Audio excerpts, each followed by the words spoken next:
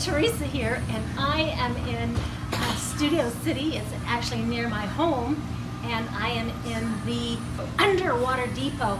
And I was here last week getting dechlorinator for my aquaponic system, and I found this most amazing aquarium, but it's like living with plants, rocks, misting, and the most exciting part as I'm building the Become a Marine Biologist, and we're going to have a special program where we're going to have you take and duplicate this so you can start to learn how to maintain the balance, the circle of life, ecology around water, fish, plants, and nature, as we start to encourage people to explore, become a marine biologist, and help save the fish, which will save our planet.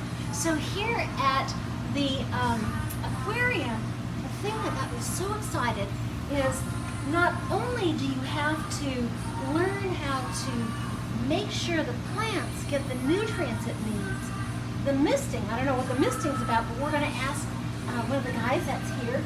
But the most exciting part is one of our biggest problems, not only in our oceans and in our lakes, but in our aquariums, is algae. And when I was here last week, I was so excited because they sell little teeny weeny shrimp that clean the algae. That means they eat the algae so that you don't have any buildup. So I have a few questions. Marcus, right? That's right. So Marcus is going to tell me, how do you generate mist?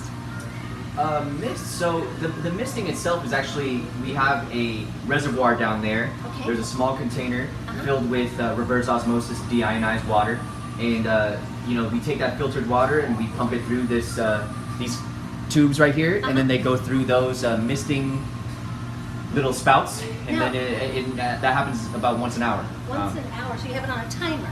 Yeah, so that's what that mister down there helps us do. And in addition to these little shrimp, what do you feed the fish? Flake, tiny Flakes. little, yeah. Okay, yeah. great. Yeah, And those what- fish are very simple. They And don't what need kind much. of fish are these? Those are called the white cloud mountain minnows, but it's a gold variety of the white clouds. And how do you get oxygen in the water?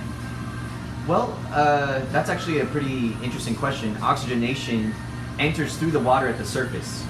So typically there has to be a breaking of the water surface. That's typically why you'll never see a tank with stagnant water. It's because oxygen exchange as well as carbon dioxide exchange needs to take place at that surface tension breaking. So as you can see with that waterfall feature there in the center, you have water coming down through that hole, and that's creating a ripple effect in the water, and that's where oxygen enters through the tank. And that's enough ripple to create the oxygen that these few fish need. Certainly, yep. And if you don't have it balanced correctly, what happens?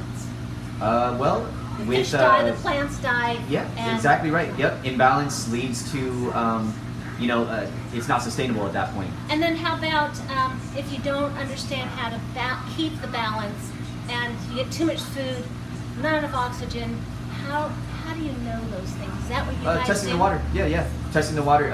Understanding the chemistry of the water is one of the most important things.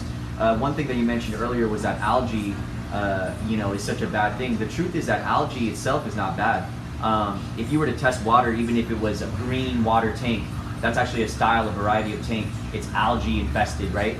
But if you were to test the chemistry of that water and observe the fish, they'd actually be very healthy, right? Because algae is something that actually absorbs a lot of those. It uses plant waste as a fertilizer, and it's essentially a plant that's filtering the water. A lot of times if you have clear water, perfectly pristine water, if you were to test it, you'd find that it's actually harmful to the fish. It actually has chemical toxicity in the water. So the only way that we can know for sure is by testing. Yeah. But yeah. Excellent. They have so many different aquariums, and it's ideal for you to start to explore how do we keep a balanced ocean, river, streams, lakes, so that everything grows and doesn't die and the fish are happy. I like happy fish. All right, we'll see you soon. Bye-bye.